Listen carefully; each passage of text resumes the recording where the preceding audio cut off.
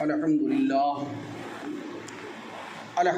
الحنان المنان خلق الانسان علمہ البیان والصلاة والسلام علی سید الانس والجان اما بعد فاعوذ باللہ من الشیطان الرجیم بسم اللہ الرحمن الرحیم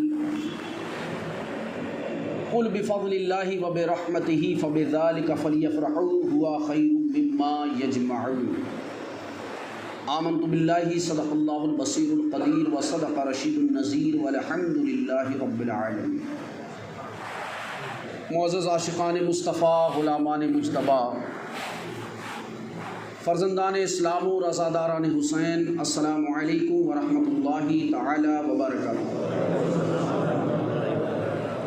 سب سے پہلے اہل سنت کے قدیم دستور کے مطابق آئیے ہم اور آپ اپنی اور ساری کائنات کے مرکز عقیدت، آفتاب رسالت، شہنشاہ نبوت، مخزن جود و سخاوت، پیکر عظمت و شرافت، محسن انسانیت، مالک جنت، عرش کی زیب و زینت، فرش کی نور و نکہت، نیر طابہ، روشن درخشاں، روح فدا، جناب محمد رسول اللہ صلی اللہ تعالی علیہ وسلم کی مقدس بارگاہ میں ہدیہ درود و سلام کا نذرانہ بآواز بلند پیش کریں۔ اللہم صلی علی سیدنا کریمنا شفیعنا نبینا مولانا محمد کما تحب و ترضى بأن تصلی علیہ صلاة و سلام علیک یا سیدی یا سیدی یا سیدی یا مکی یا مدنی یا عربی یا قرشی یا عرشی یا فرشی یا ہاشمی یا مطلبی یا آقائی یا مولائی یا ملجائی یا رسول اللہ صلی اللہ تعالی علیہ وسلم۔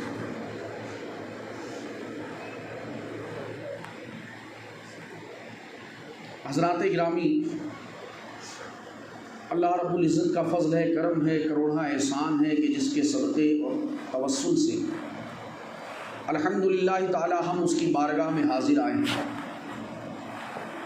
اور 1:20 تک کا وقت مجھے دیا گیا ہے، عنقریب 1 بج ہی رہا ہے، اور جمعۃ المبارکہ کا معاملہ ایسا ہے کہ ہے تو یہ بڑا مبارک دن،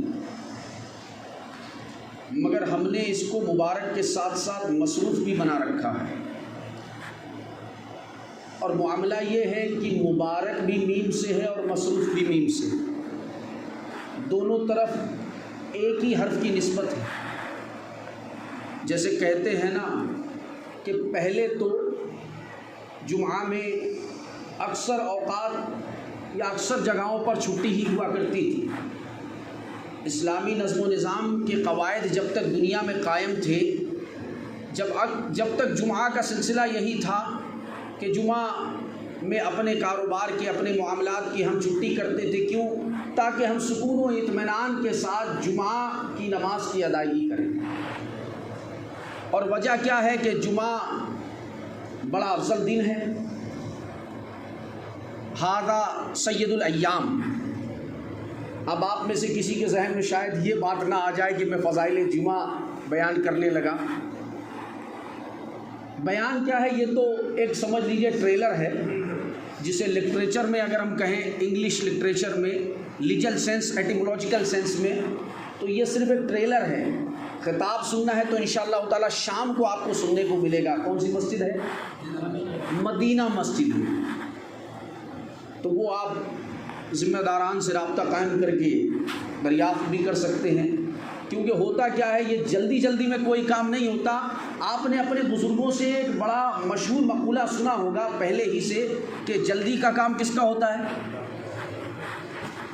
سبھی سمجھدار ہیں، لیکن پھر بھی میں کوشش کروں گا کہ اب حاضر آیا ہوں، اللہ تعالیٰ نے توفیق دی ہے، ہم سب حاضر آئے ہیں تو اللہ تعالیٰ ہی کی توفیق سے آئے ہیں، ورنہ کتنے دھنا سیٹ تو ایسے ہیں جن کو اللہ توفیق دے دیتا ہے تو وہ بمبئی سے مجھے بلا لیتے ہیں، اور کچھ دھنا سیٹ ایسے ہیں کہ کرنا تو دور، وہ سوچنے کے لیے بھی تیار نہیں ہوتے۔ ایک زمانہ ایسا گزرا، بات میلاد پاک کی آپ کے امام صاحب نے، تو بڑی پیاری بات یاد آ گئی کہ ایک زمانہ ایسا بھی گزرا ہے جب گھر گھر میں میلاد کی محفل سجتی تھی، اور آج بھی اللہ نے جنہیں توفیق دی ہے آج بھی وہ سجاتے ہیں، لیکن اب توفیق کا سلسلہ جو ہے وہ کم ہوتا جا رہا ہے۔ کیوں؟ آپ جانتے ہیں کہ بے شک اللہ ہی توفیق دینے والا ہے، ہر نیک عمل کی توفیق اللہ کی طرف سے، لیکن توفیق ملتی کس کو ہے؟ تھوڑا سا ہم اس پہ روشنی ڈال کے آگے بڑھ جائیں گے، کیونکہ بات تو بہت ساری ہے، بات سنیں گے آپ۔ تو ابھی چند دن پہلے اسی ماہ میں ناگپور کی سرزمین پہ تھا میں، تو جمعہ ہی میں خطاب کر رہا تھا، تقریباً 1:15 بجے خطاب شروع ہوا تھا، 2:45 بجے ختم ہوا تھا، 2:45 بجے نماز جمعہ ہوئی۔ تو کچھ وقت طویل مل جاتا ہے تو اس میں بات مکمل ہو جاتی ہے۔ تو پہلے کے زمانے میں یہ معاملہ تھا، اور آج اس کے برعکس کافی کم یہ سلسلہ ہے کہ گھر گھر میں میلاد کی محفل ہو۔ اور یہ سلسلہ کیوں کہ توفیق اللہ ہی دیتا ہے، مگر معاملہ یہ ہے کہ اللہ اپنے اس بندے کو لبیک کہتا ہے جو بندہ صدق دل کے ساتھ اپنے رب کو پکارتا ہے اور اللہ کہتا ہے۔ حدیث پاک میں آیا، میں بات کو زیادہ آگے نہ بڑھاتے ہوئے، چونکہ وقت بہت کم ہے، میں بڑا اسپیڈ سے چل رہا ہوں، اور ایسا نہیں کہ میں آپ سے کہہ رہا ہوں وقت بہت کم ہے، حقیقت یہ ہے کہ ہر ایک کے پاس وقت بہت کم ہے۔ The time is very short. So look at me, I would you like to your full attention. ہر ایک کے پاس وقت کم ہے، جیسا کہ نبی کائنات صلی اللہ علیہ وسلم نے ارشاد فرمایا کہ قیامت کے دن ہر شخص کو ندامت ہوگی۔ ندامت سمجھتے ہیں؟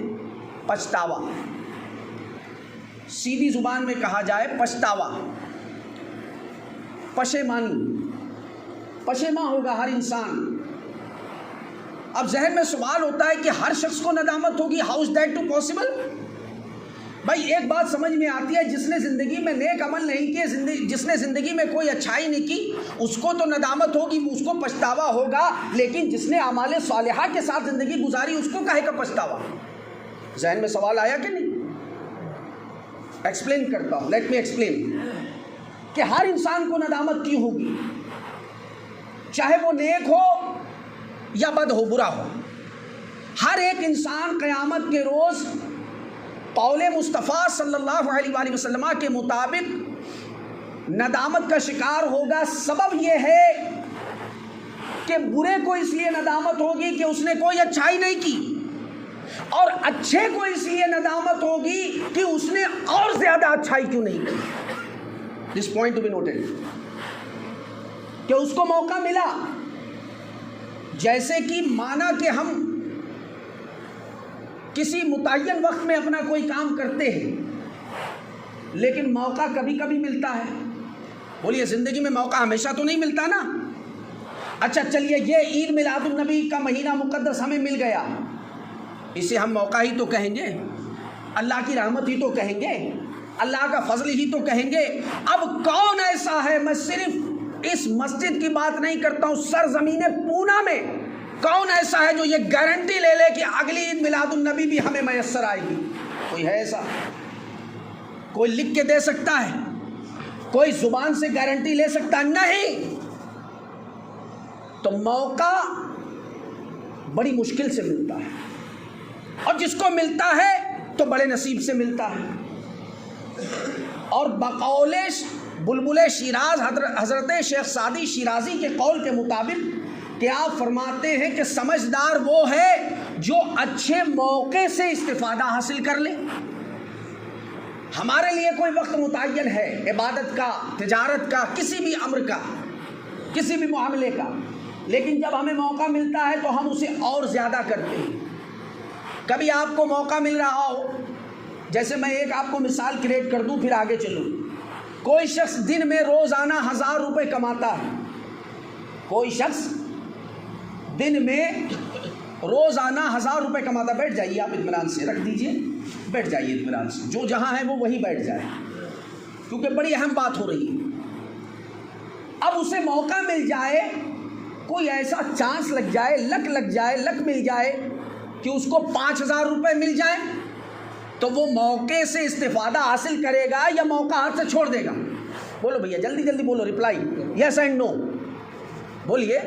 فائدہ حاصل کرنے کی کوشش کرے گا کہ بھائی میں تو روز 1000 کماتا تھا، لیکن آج اللہ کی خاص رحمت ہے، آج اللہ مہربان ہے، آج کسٹمر کچھ زیادہ ہے، آج پارٹی نے مال کی ریکوائرمنٹ کچھ زیادہ کر دی ہے، تو آج 4000 کا اضافہ ہوگا، تو اس اضافے کو حاصل کرنے کے لیے، اس سے استفادہ پانے کے لیے وہ اور وقت دینا نہیں چاہے گا کہ نہیں بھائی ہمارا تو ٹائم ہے، ہم 8 بج کے دکان بند کر دیتے ہیں، اب ہمیں اور مال و دولت کی ضرورت نہیں ہے. ایسا کوئی ہے؟ ارے پونا تو کیا میں کہہ رہا ہوں، انٹرنیشنل لیول پر ایسا کوئی ایک فرد آپ کو نہیں ملے گا.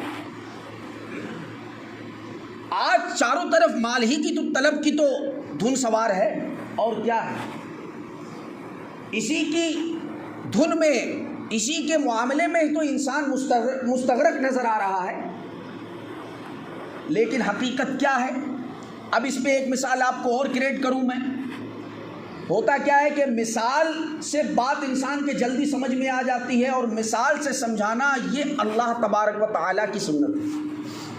اللہ نے قرآن مجید میں مچھر کی مثال دی، مچھلی کی مثال دی، کتے کی مثال دی.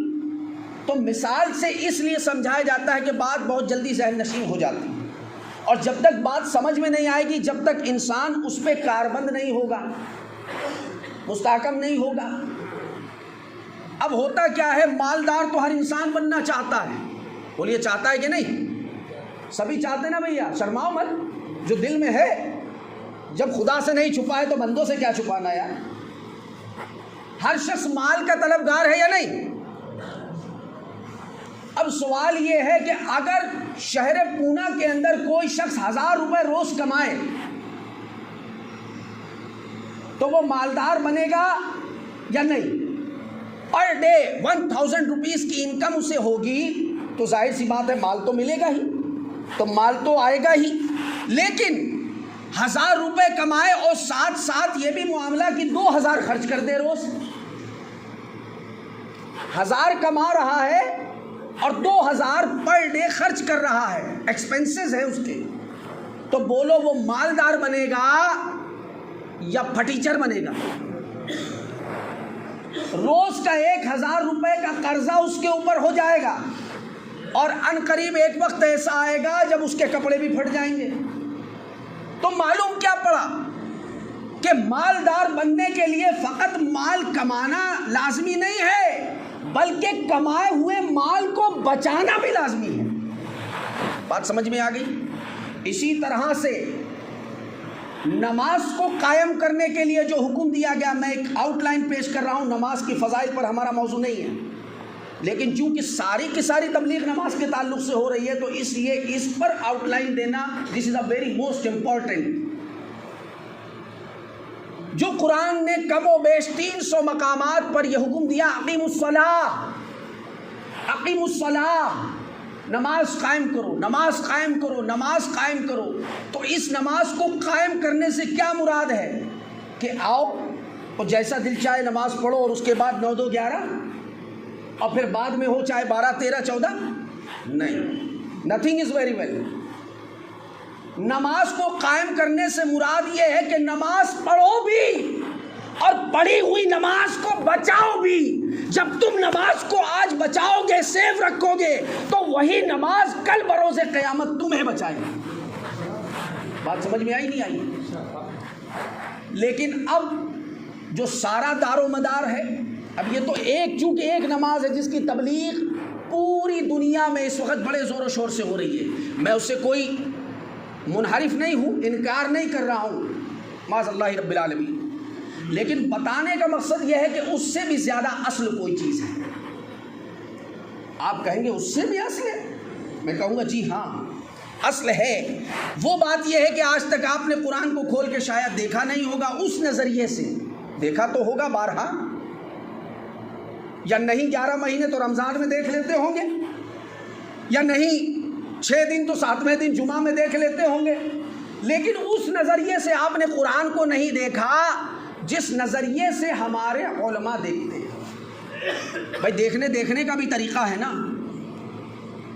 اسی لیے تو قرآن کہتا ہے یضل بہ کثیرا ویہدی بہ کثیرا. قرآن ہی تو ہے جس سے لوگ ہدایت پاتے ہیں، اور قرآن ہی ہے جس سے لوگ گمراہ بھی ہو جاتے ہیں. اگرچہ کوئی کسی کو گاڑی چلاتا ہوا دیکھے، جیسے ہمارے عبدالرب بھائی ابھی ڈرائیو کر کے آئے، میں بازو میں بیٹھا رہا، اب میں دیکھتا رہوں کہ صاحب اسٹیشن سے اپنے گھر لے کر آئے، گھر سے مسجد لے کر آئے، مسجد سے پھر گھر لے کے جائیں گے، اب شام تک میں ان کی ذمہ داری پر ہوں، تو کیا میں انہیں ڈرائیونگ سیٹ پر دیکھ کر اسٹیئرنگ گھماتا ہوا شام تک دیکھتے دیکھتے ڈرائیور بن جاؤں گا؟ بولیے، نو اینی پنشمنٹ، کوئی پرابلم نہیں ہے، ایکچولی میں بڑی اسپیڈ سے چل رہا ہوں، اور زمانہ وہ کہتے نہیں ہے، زمانہ فاسٹ ہے، ہمیں سلو نہیں چلنا، ہمیں، اور سلو کس میں نہیں چلنا؟ سلو مذہبی معاملات میں نہیں چلنا ہے، کیونکہ یہ سانس کب رک جائے گی کسی کو پتہ نہیں ہے، اور اللہ کرے کہ مسجد میں ممبر پہ رک جائے تو سبحان اللہ مرحبا، یہی کاوش ہے میری پچھلے 30 سالوں سے کہ مذہبی معاملات کو پیش کرتے کرتے کہ اگر یہ سانس مسجد میں رک جائے تو میں کامیاب ہو گیا، عین ایمان کی حالت میں، عین ایمان کی حالت میں، ورنہ مسجد میں آنے والا ہر شخص ایمان والا نہیں ہوتا ہے۔ آپ کو حیرت ہوگی، پہلے میں تھوڑا جو بات کر رہا ہوں اس کو ایکسپلین کر دوں کہ اس سے بھی، نماز سے بھی زیادہ افضل چیز ہے، نماز، روزہ، حج و زکوٰۃ، یہ چیزیں ہیں بیسک فنڈامنٹلز آف اسلام، جسے ہم ارکان خمسہ کہتے ہیں۔ اس میں ایک تو آپ توحید و رسالت کا پارٹ جو سب سے اوپر ہے، سب سے بلند ہے، یہ تو اصل ایمان ہے، یہ اصل ایمان ہے، توحید و رسالت ہو، اور توحید و رسالت کے بعد نماز ہو، روزہ ہو، حج ہو، زکوٰۃ ہو، حسن اعمال کے ساتھ، حسن کردار کے ساتھ، تو یہ سارے کے سارے احکام رب کی بارگاہ میں مقبول، اور اگر توحید و رسالت نامکمل ہے تو یہ سارے کے سارے اعمال مردود ہو سکتے ہیں۔ اب ہم آتے ہیں اس کی اصل کی طرف، کیونکہ آپ کے یہاں کیا ہے، جو معاملہ ہے اہل سنت کا، جو میں نے سمجھا تھوڑا بہت، حالانکہ میں اس علاقے میں تو شاید پہلی بار آیا ہوں، کونڈوا وغیرہ میں کئی بار جانا ہوا، وہاں کئی خطاب ہوئے میرے، وہاں کافی مریدین بھی ہیں، اس علاقے میں نہیں آیا میں، تو ہے کیا مذبذبیت اور صلاح کلیت کا دور دورہ ہے آج کے زمانے میں، چاپلوسی کا دور دورہ ہے آج کے زمانے میں، تو کوئی اپنے دل جیسی بات کہہ دے، بھلے وہ غلطی کیوں نہ ہو، تو کہیں گے بہت اچھی ہے، دل جیسی ہو بھلے وہ غلط کیوں نہ ہو، حقانیت و صداقت کے خلاف ہو تو ہم کہیں گے بہت اچھی ہے، اور اگر حقانیت و صداقت پہ مبنی ہو کر قرآن و حدیث کے دلائل و شواہد و براہین پر مشتمل ہو کر بات کی جائے اور سمجھ میں نہ تو کہیں گے بھائی وہ بات ہم نہیں مانتے۔ اور حقیقت یہ ہے کہ سارا کا سارا جو سلسلہ ہے نا، یہ نماز، روزہ، حج و زکوٰۃ تو بہت بعد میں ہے، سارا کا جو سارا سلسلہ ہے وہ ماننے پر ڈیپینڈ ہے۔ آپ یقین نہیں کریں گے، قرآن مجید کو آپ اٹھا لیجئے، قرآن مجید میں سورہ فاتحہ کے بعد اسی سورہ البقرہ میں جب آپ ابتدا کرتے ہیں تو کیا پڑھتے ہیں؟ الف لام میم، یہی ہے نا سورہ فاتحہ کے بعد، یہ تو حروف مقطعات میں سے ہو گیا، چلیے آگے بڑھتے ہیں۔ ذالک الکتاب لا ریب فیہ، برابر پڑھ رہا ہوں،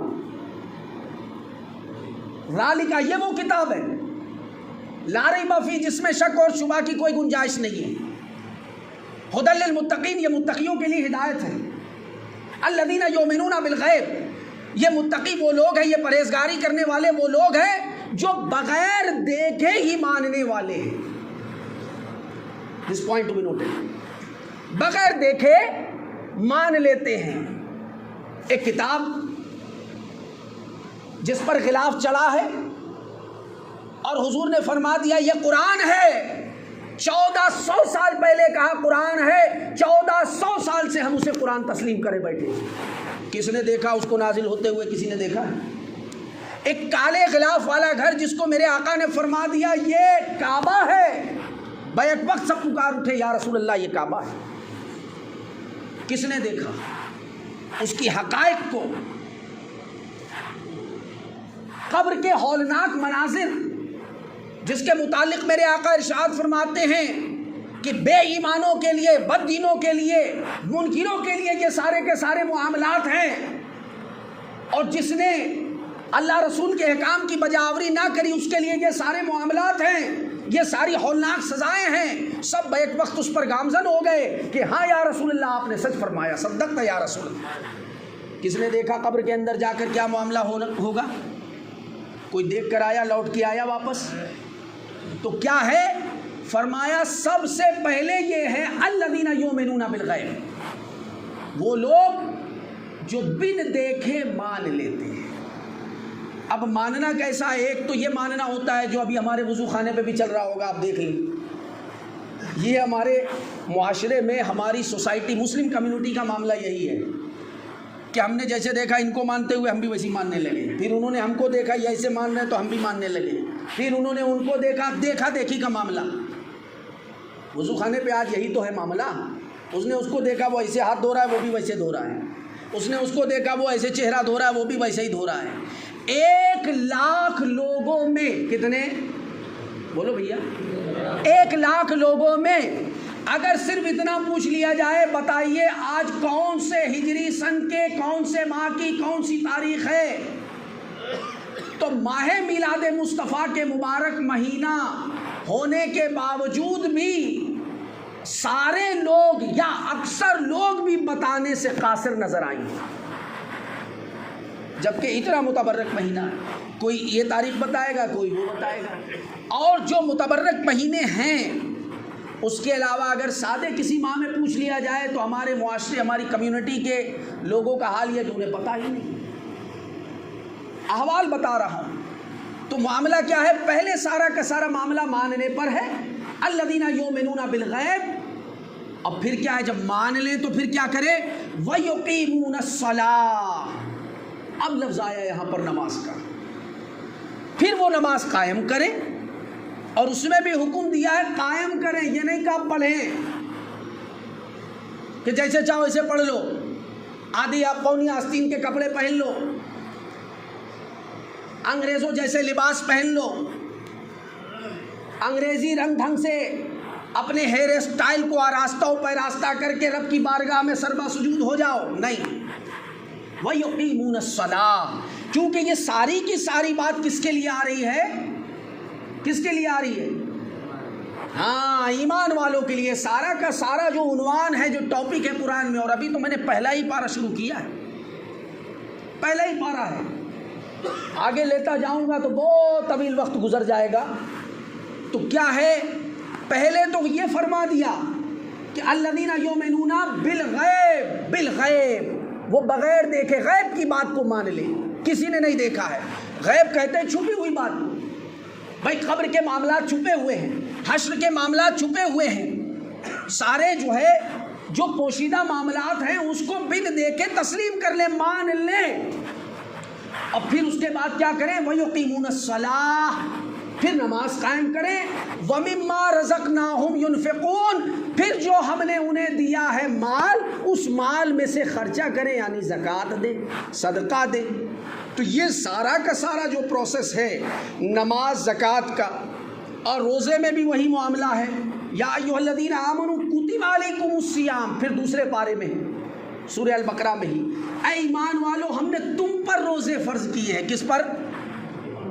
ایمان والوں پر، خالی پونے والوں پر نہیں، خالی بمبئی والوں پر نہیں، خالی گوا والوں پر نہیں۔ آمنوا کتب علیکم الصیام، یہ جو ہم نے ماہ سیام دیا ہے، ماہ رمضان دیا ہے، کس کو دیا ہے؟ اہل ایمان کو دیا ہے۔ اور اہل ایمان کی تعریف پہلے کر دی پہلے پارے میں۔ اہل ایمان کون ہیں؟ وہ ہیں الذین یؤمنون بالغیب، وہ جو بغیر دیکھے مان لیں۔ اب یہ ساری چیزیں جو فنڈامنٹلس ہیں، جو بیسک ہے، نماز، روزہ، حج و زکوٰۃ، اس میں ساری چیزیں آ گئی ہے نا۔ اب حج کا بھی جو ذکر آیا اس میں بھی یہی ہے، وَلِلَّهِ عَلَى النَّاسِ حِجُّ الْبَيْتِ مَنِ اسْتَطَاعَ إِلَيْهِ سَبِيلًا، وہ بھی اللہ کے لیے۔ تو یہ سارا کا سارا جو پروسیس ہے وہ اہل ایمان سے ریلیٹڈ ہے، اہل ایمان سے ریلیٹڈ ہے، اور توحید و رسالت پر مشتمل ہے۔ اب اس توحید و رسالت میں کیا ہے؟ مان لینا۔ تو اب سوال یہ ہے کہ پہلے کسے مانیں گے؟ ماننے کے لیے ہمارے پاس دو چیزیں ہیں، ایک تو وہ ہے جو منوا رہا ہے، اور ایک وہ ہے جس کو منوا رہا ہے۔ ایک وہ ہے جو منوا رہا ہے، جو ہم سے کہہ رہا ہے مانو، اور ایک وہ ہے جو ہم سے کہہ رہا ہے کہ اسے مانو، یہ مانو۔ تو دو چیزیں ہو گئی، ایک ہے خبر اور ایک ہے مخبر، جو خبر دیتا ہے اردو میں۔ اب انگلش میں آپ سمجھیں تو انگلش میں جب آپ سینٹنس بناتے ہیں تو سینٹنس کے دو ٹکڑے کرتے ہیں، ایک ہوتا ہے سبجیکٹ اور ایک ہوتا ہے پریڈیکیٹ، دو حصے اس کے ہوتے ہیں۔ سبجیکٹ یعنی عنوان کہ وہ کیا کہہ رہا ہے، کیا منوانا چاہ رہا ہے، کیا بتانا چاہ رہا ہے، اور پریڈیکیٹ یہ ہے کون، یہ ہے کون جو منوا رہا ہے۔ تو پہلے ہم مخبر کو مانتے ہیں، پھر اس کی خبر کو مانتے ہیں۔ بھئی یہی پروسیس ہے نا، پہلے ہمارا یقین خبر دینے والے پر ہوتا ہے، اور اگر خبر دینے والے پر یقین نہ ہو، خبر دینے والا صادق نہ ہو، خبر دینے والا مضبوط نہ ہو، خبر دینے والا مستحکم نہ ہو، خبر دینے والا کچا ہو، خبر دینے والا جھوٹا ہو، تو ہم کہیں گے یار اس آدمی کی کیا بات مانے، یہ تو ایسے ہی لفاظی ہانکتا رہتا ہے۔ اس کا مطلب مخبر پر ہمارا اعتماد نہیں ہے۔ اب یہ جو ہمیں خبر دی ہے اسلام کی اور دعوت ایمان کی، یہ خبر کس نے دی ہے؟ یہ خبر ہم کو دی ہے مخبر صادق نے، یہ خبر دی ہے ہم کو صادق و امین نے، اور ایسے صادق و امین نے کہ نہ صرف مومن، نہ صرف مسلم، بلکہ کفار کے مکہ کے کفار اور کفار میں زندگی، کفر میں زندگی گزارنے والے وہ کفار اور مشرکین بھی آقائے کریم جناب محمد رسول اللہ صلی اللہ علیہ وسلم کو صادق اور امین تسلیم کر چکے تھے۔ نہ صرف مومنین کی بات نہیں کر رہا ہوں میں۔ اب آپ نے وہ واقعہ بارہا سنا ہوگا، میں اسے چھیڑ دوں گا تو روٹ کہاں کے کہاں پہنچ جائے گا، کیونکہ میری جو تقریر ہوتی ہے وہ رٹی رٹائی نہیں ہے، میں بہت اسپیڈ سے چل رہا ہوں، مجھے بولنا نہیں آتا ہے۔ یہ بڑے پیر کا کرم ہے کہ مجھ جیسے اسے بلوا لیتے ہیں، ورنہ میں ایک دو جملے بھی بولنے کے لائق نہیں ہوں۔ یہ سارا کا سارا کرم بڑے پیر دستگیر کا ہے۔ تو کیا کہ ایسی ذات جس کو مکہ کے کفار بھی صادق و امین تسلیم کر رہے ہیں، وہ ہمیں خبر دے رہے ہیں کہ مانو، مانو، اور پھر کسے مانو؟ بھائی پہلے ہم صادق و امین کو مانیں گے جس نے ہمیں خبر دی، اور خبر کیا دی؟ هو اللہ احد۔ کیا خبر دی ہے؟ انہیں جب حکم ہوا قل، اے مصطفیٰ آپ فرما دیجئے۔ اب بعض ایسے ملا لوگ ہیں جو کہتے ہیں نا کہ نہیں بھائی ہم کسی سے کیوں مانگیں گے، ہم کسی سے کیوں کہیں گے، ہم تو ڈائریکٹ چڑھ جائیں گے۔ اب آپ کے یہاں بھی ہوں گے ایسے کچھ پاگل لوگ، بد دماغ لوگ، جو سیڑھی پر نہیں جائیں گے ڈائریکٹ اوپر چلے جائیں گے۔ ایسے لوگ ہیں؟ کوئی ہے ایسا جو بغیر سیڑھی پر قدم رکھے، بغیر لفٹ میں قدم رکھے ڈائریکٹ اوپر چلا جائے؟ ایسا کوئی ہے؟ کہیں نہیں ہے، انٹرنیشنل لیول پر کوئی نہیں، یقینی طور پہ میں کہہ رہا ہوں۔ بھائی جب یہ حکم آیا، بڑی مشہور سورہ ہے سورہ اخلاص، سب کو یاد ہوگی، زبانی یاد ہے نا؟ اس میں بھی یاد نہیں سب کو۔ حکم آیا کہ اے مصطفیٰ آپ فرما دیجئے، تو بھائی حکم یہ بھی ہو سکتا تھا، عرض یہ بھی ہو سکتی تھی اس حکم پر کہ اے میرے مولا کسے فرما دے؟ میرے بندوں سے۔ کہ بندے تیرے ہیں، رب تو ہے ان کا، تو خود ہی کیوں نہیں فرما دیتا؟ کیوں اللہ اپنے بندوں سے کلام کرنے پر قادر نہیں ہے؟ یا اللہ نے قرآن میں کبھی اپنے ڈائریکٹ بندوں سے کلام نہیں کیا؟ کیا کئی مقام پر کیا، یا ایھا الناس، اے لوگو، پھر پہلا پارہ ہے، اعبدوا ربکم الذی خلقکم من نفس واحدہ، اے لوگو اس رب کی عبادت کرو جس نے تمہیں ایک نطفے سے پیدا کیا۔ تو اب یہاں بھی حکم آ سکتا تھا، لیکن فرمایا نہیں، قل، اے مصطفیٰ آپ کہہ دیجیے۔ کہا باری تعالیٰ تو کیوں نہیں کہتا؟ کہا میں اپنے ہر بندے سے کلام نہیں کرتا، میں جس سے کلام کر لیتا ہوں اس کی تخصیص یہ ہے وہ پیغمبر ہو جاتا ہے، وہ پیغمبر ہو جاتا ہے جس سے میں کلام کر لیتا ہوں۔ اللہ تعالیٰ اپنے ہر بندے سے ایسے ڈائریکٹ کلام نہیں کرتا۔ تو حکم دیا اور پھر بتایا، اور کیا بتایا؟ وہی توحید رسالت کا وہ خاصہ ہمیں دیا کہ نماز روزہ حج و زکوٰۃ بے شک یہ عبادت ہے اور اس میں بڑا اجر و ثواب ہے، لیکن توحید و رسالت کی بنیاد ڈال کر اگر اس پہ تم عبادت الہی کو بجا لاتے ہو تو یقیناً یہ رب کی بارگاہ میں مقبول ہے، ورنہ یقینی طور پہ یہ مردود ہے۔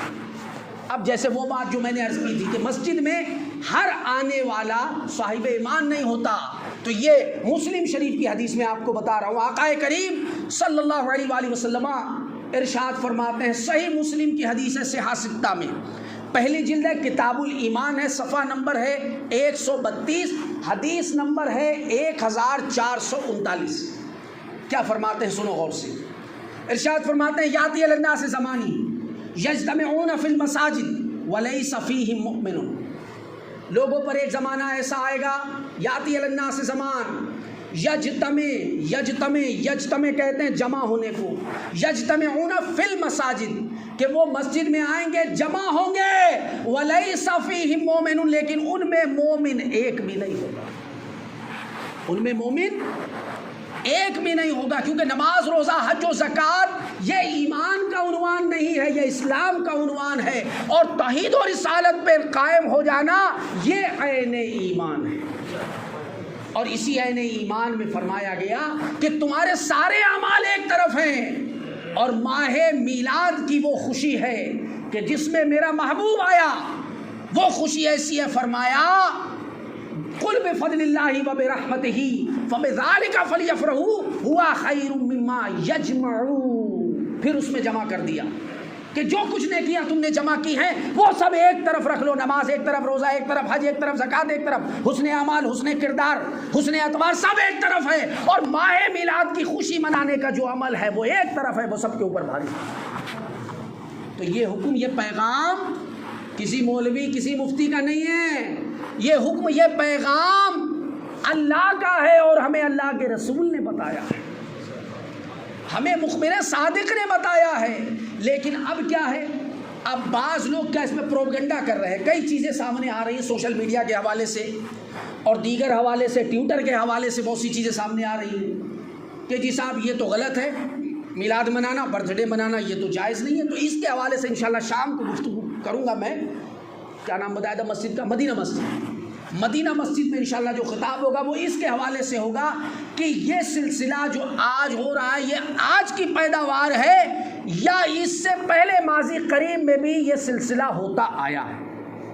اس بات کو بس ہم یہیں بریک کریں گے، اس دعا کے ساتھ مولا تعالیٰ ہم نے جو کچھ سنا اس پر ہم سب کو عمل کرنے کی اور اسے دوسروں تک پہنچانے کی ہم سب کو توفیق عطا فرما۔ وآخر دعوانا ان الحمد للہ رب العالمین۔